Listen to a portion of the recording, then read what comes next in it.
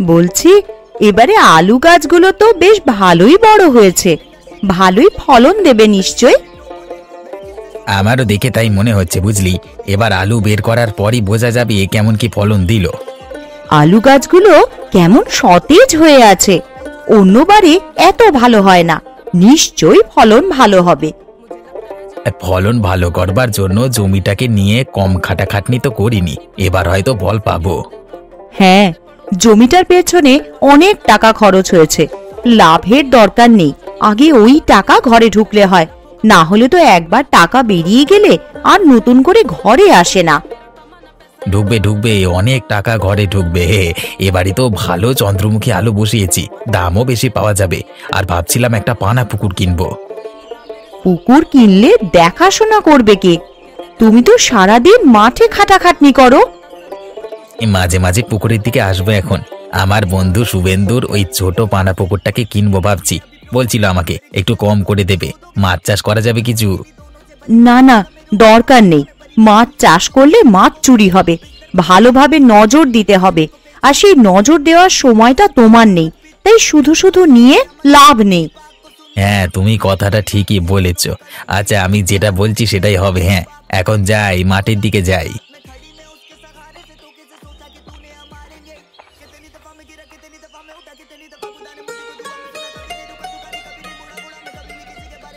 কাজটা তাড়াতাড়ি সেরে ফেলে এখান থেকে বেরিয়ে যেতে হবে। আজকে মনে হচ্ছে পশু পাখি খুব কাছাকাছি আছে, বিকট শব্দ হচ্ছে। অন্যদিন এত শব্দ হয় না। তাড়াতাড়ি হাত চালাই বাবা। ব্যাস, আমার কাজ মিটে গেছে। কাঠগুলো নিয়ে এবার বাজারে যাই, তবে দুটো টাকা আসবে, তা দিয়ে জিনিসপত্র কিনে বাড়িতে নিয়ে যাব। কিভাবে এত খাটাখাটনি কতদিনই আর করব? একটা সময় তো সবই বন্ধ হয়ে যাবে। না না, এগিয়ে যাই, এখন এসব ভাবলে হবে না।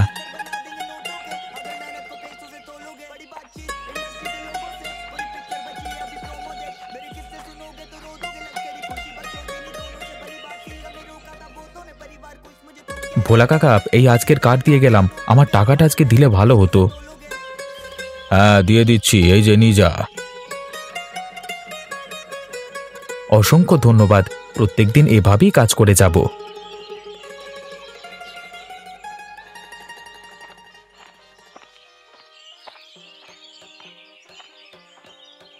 কিরে রিতম, কি ভাবলি? আমার পুকুরটা কিনবি তো নাকি? না রে ভাই, আমি পুকুরটা কিনবো না। তুই অন্য খরিদ্দার দেখ, আমার পক্ষে নেওয়া সম্ভব নয়। কেন রে, কি হলো? আমি তো কম দামে দিয়ে দেবো বললাম, তুইও তো নিবি বলেছিলিস। আরে টাকার জন্য নয়, আমি কিনলে সামলাবে কে? যদি আমি মাছ চাষ করি তাহলে দেখাশোনা করবে কে? এই সব কথা আমাকে গিন্নি বলল, আমি একটু ভাবনা চিন্তা করে দেখলাম, ধুম করে কিনে ফেললি তো আর হলো না। আরে না না, ঠিক আছে, তুই কিনবি বলেছিলিস বলি বললাম আর কি। আর খরিদ্দার দেখবো না, অনেক খরিদ্দার দেখেছি, কারোর পুকুর পছন্দ হয়নি, যেমন পড়ে আছে থাক। তুই পানা পুকুরটাকে পরিষ্কার করতে পারিস তো? যা অবস্থা হয়ে আছে পানাতে। আর পরিষ্কার করে কি হবে? ওটাকে তো আর আমি কোনো কাজে ব্যবহার করি না, এমনিই পড়ে থাকে, যেমন আছে থাক। কিছু কিছু পাখি আসে খাবারের সন্ধানে, ওদের তো তবু কাজে লাগে। আচ্ছা, তুই যেটা ভালো বুঝবি কর, কিন্তু খারাপ ভাবিস না রে। হ্যাঁ, আমি নিতে পারবো না। আরে না না, খারাপ ভাববার কি আছে? তোর দরকার নেই, তুই নিবি না, আবার কি আছে? তা জমিতে যাচ্ছিস নাকি? হ্যাঁ রে হ্যাঁ। আচ্ছা তুই যা, আমি বাড়ি যাই।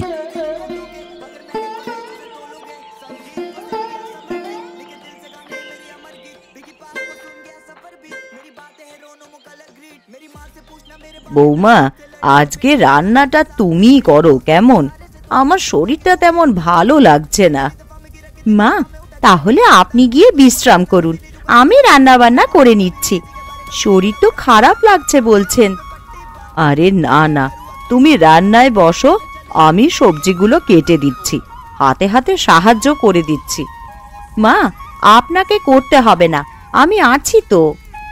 আরে না না, আমার কিছু হয়নি, তুমি রান্না করো।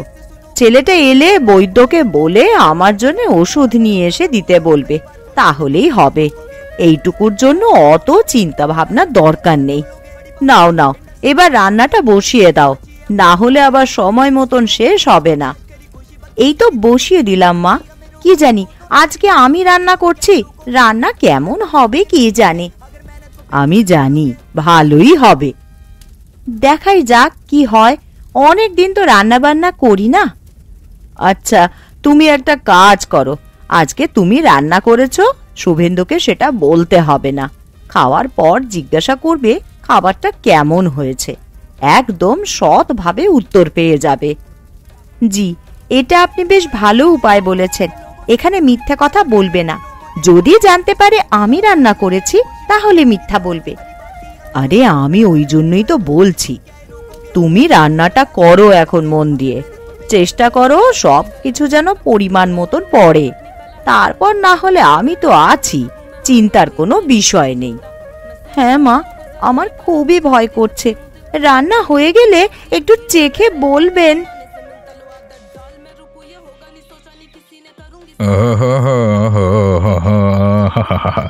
বেশ হয়েছে তো এই গহনাটা।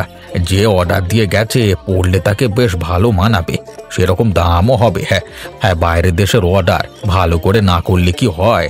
কি আনন্দ আকাশে বাতাসে।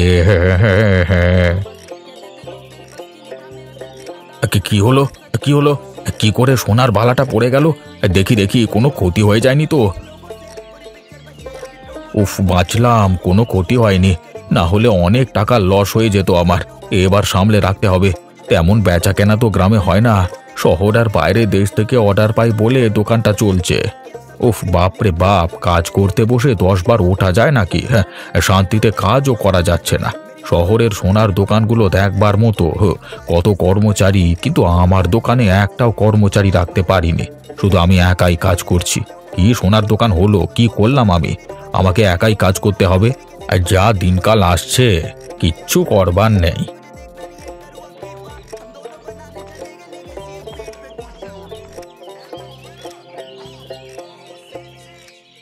মা, ও মা, কোথায় গেলে গো? কই সারা শব্দ দিচ্ছ না যে? গিন্নি, আরে ও গিন্নি, কোথায় গেলে সব? যা বাবা, এতবার করে ডাকছি তাও কোনো সারা শব্দ নেই। মাফ করো, শুনতে পাইনি। ভেতরে ছিলাম তো, তাই বুঝতে পারিনি। আচ্ছা আচ্ছা, সেই নিয়ে কোনো অসুবিধা নেই। দাও দাও, আমার হাতে একটু পানি দাও দেখি, নোংরা হয়ে গেছে। দাঁড়াও, আমি এক্ষুনি দিচ্ছি। আরে দরজা খুলতে দেরি করেছো সেটা না হয় মেনে নিলাম, কিন্তু রান্না হয়ে গেছে তো। আমি কিন্তু ভেতরে গিয়ে খেতে বসবো। এত খাটাখাটনির পর ঠিকঠাক সময় মতো খাবার না পেলে মাথা গরম হয়ে যায়। আরে রেগে যাওয়ার কিচ্ছু নেই, সব হয়ে গেছে সময় মতন। তুমি এসো, আমি খাবার দিয়ে দিচ্ছি। খেয়ে ঘুমিয়ে পড়ো।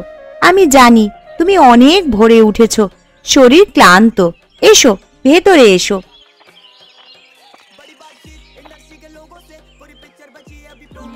এই তো আমার ছেলেটা এসে গেছে। দেখ, আমি খাবার বেড়ে রেখেছি, এবার খেয়ে নে। এতক্ষণ খাটাখাটনি করবার পর এই খাবারটা যেন অমৃত লাগে। ঠিকঠাক সময় মতো খাওয়া দাওয়া না করলে ক্ষমতা পাবো কোথায় অত কাজ করবার? তুই কাজ করিস বলেই আমরা সময় মতন সব করে দিই। আচ্ছা, পুকুরটা কেউ নেবে বললো রে? আমি অনেক খরিদ্দার দেখেছি, কিন্তু এই পুকুর নিতে কেউ রাজি হয়নি, কেউ কিনবে না। পুকুরটা যেমন আছে তেমন থাক, আমার বাবার স্মৃতি হয়ে রয়ে যাক। তোর বাবা এই পুকুরে আগে কত মাছ চাষ করেছে, কিন্তু কাঠ কাটবে নাকি মাছ চাষ করবে, এই জন্যই পড়ে থেকে থেকে এই রকম অবস্থা। আমি জানি।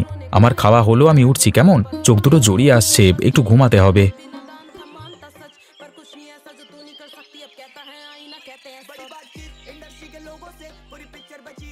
শুভেন্দু, বৌমা, কোথায় গেলে সব? তাড়াতাড়ি এসো, দেখো কি কাণ্ড হয়েছে। কি হলো মা, এত সকাল সকাল ডেকে দিলে কেন? চোখটা ভালোভাবে খুলে পানা পুকুরের দিকে দেখ।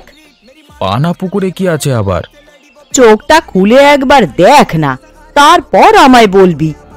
আরে, কত বহিরাগত পাখি এসেছে। এ তো সব বিদেশি পাখি। শীতকালে বাইরের দেশে ঠান্ডা পড়ায় বহিরাগত পাখিরা আমাদের দেশে আশ্রয় নেয়, সেরকমই পাখি। দাঁড়াও, আমি ঘর থেকে কিছু খাবার আনছি, তুমি গিয়ে পাখিগুলোকে দেবে। দেখতে খুব সুন্দর লাগছে। আচ্ছা আচ্ছা, নিয়ে এসো তাড়াতাড়ি, না হলে আবার উড়ে যাবে। এই নাও, আস্তে আস্তে এগিয়ে যাও পাখিগুলোর দিকে, গিয়ে ছড়িয়ে দেবে এই খাবার।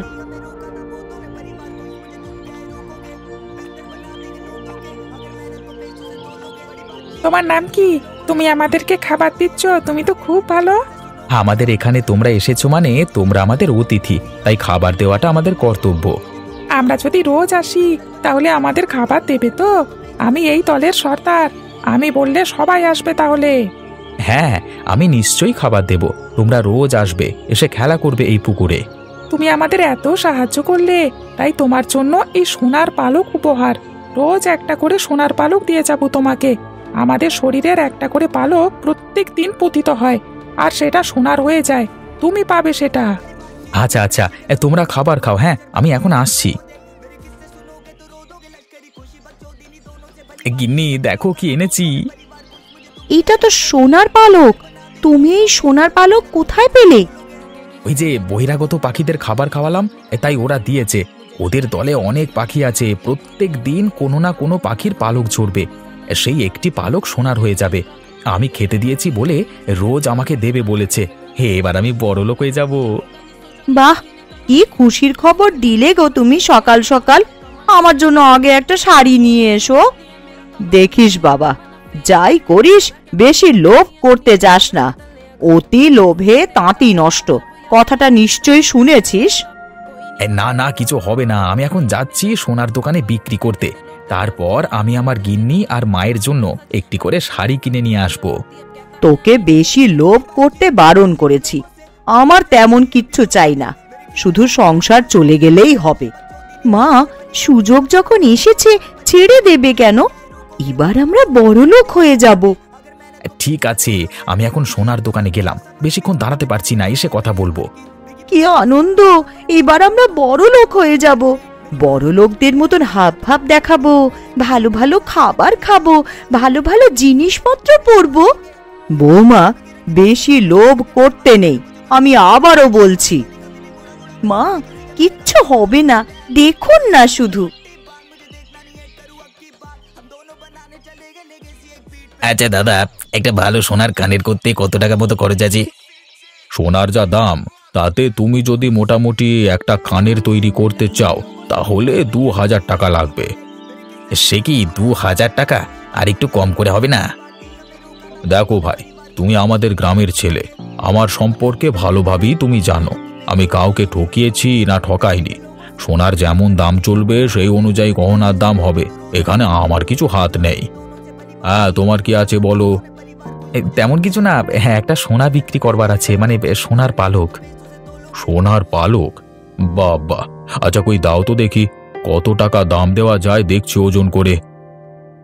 এই নাও, এই ঠিকঠাক করে দেবে কিন্তু। হ্যাঁ, ওজন করে যা বুঝলাম তাতে এটা কমপক্ষে 10,000 টাকা দিতে পারবো, তার বেশি নয়। আচ্ছা আচ্ছা, তাই দাও। কি আর করা যাবে, আমি ভেবেছিলাম 12,000 টাকা হবে। না ভাই, আমি এই সোনার পালকের জন্য এত টাকা দিতে পারবো না। আচ্ছা, তুমি 10,000 টাকাই দাও, কি আর করা যাবে।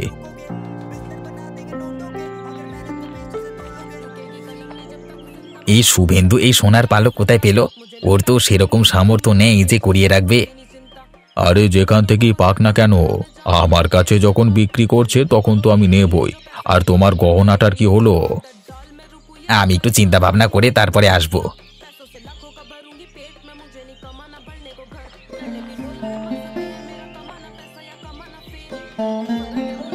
এইভাবে চলতে থাকলে আমি আরো বড় লোক হয়ে যাব।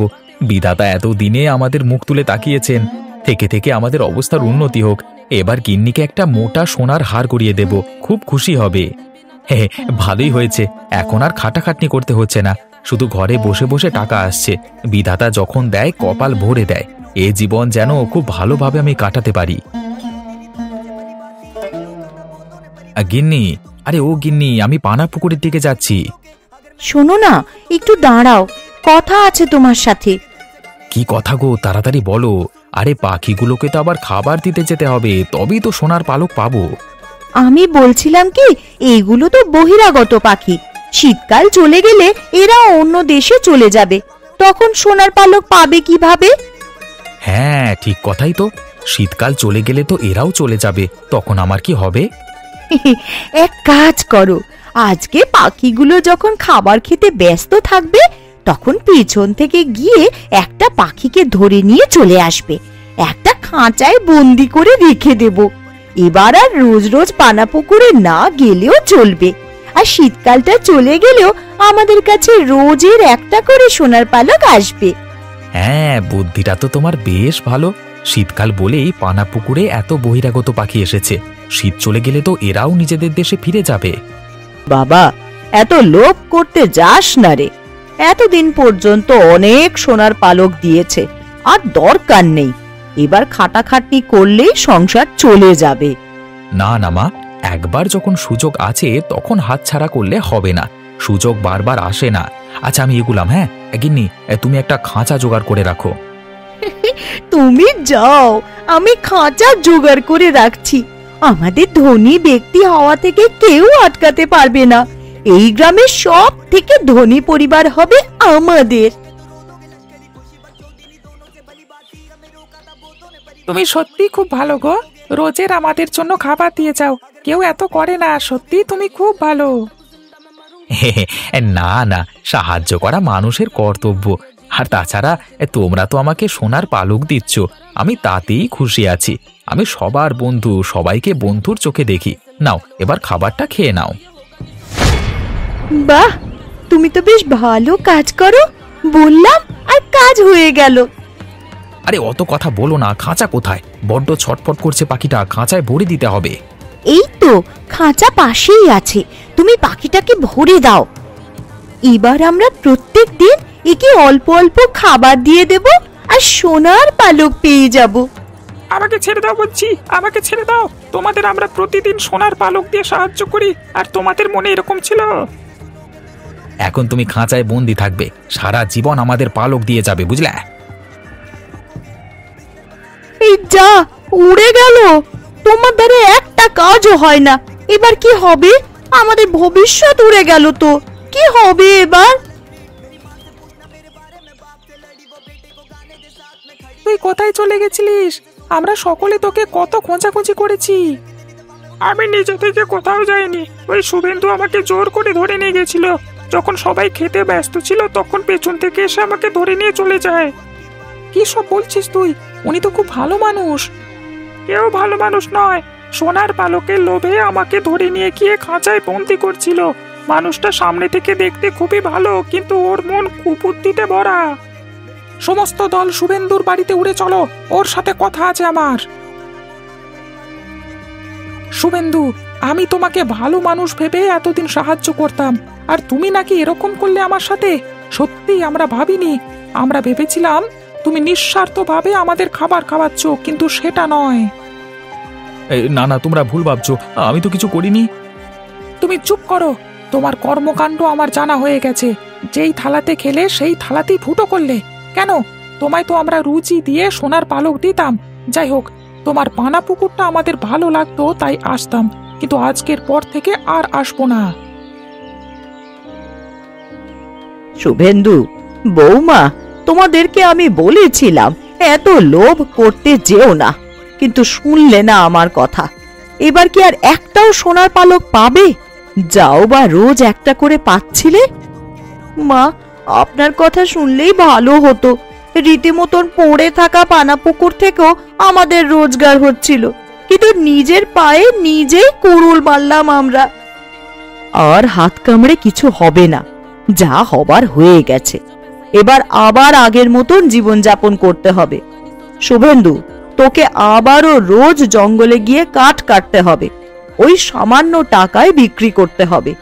এই জন্যই বলি, মাঝে মাঝে বড়দের কথাও শোনা ভালো, তারা কোনোদিনও খারাপ চায় না। আমার অনেক বড় ভুল হয়ে গেছে, অনেক বড় শিক্ষা পেয়েছি আমি। এসব ভুলে যা, ভেবে নে এটা একটা স্বপ্ন ছিল, যেটা কখনোই বাস্তবায়িত হবে না। আবার সাধারণ জীবনযাপনে ফিরে আয়। জঙ্গলে যাবি তো কাঠ কাটতে?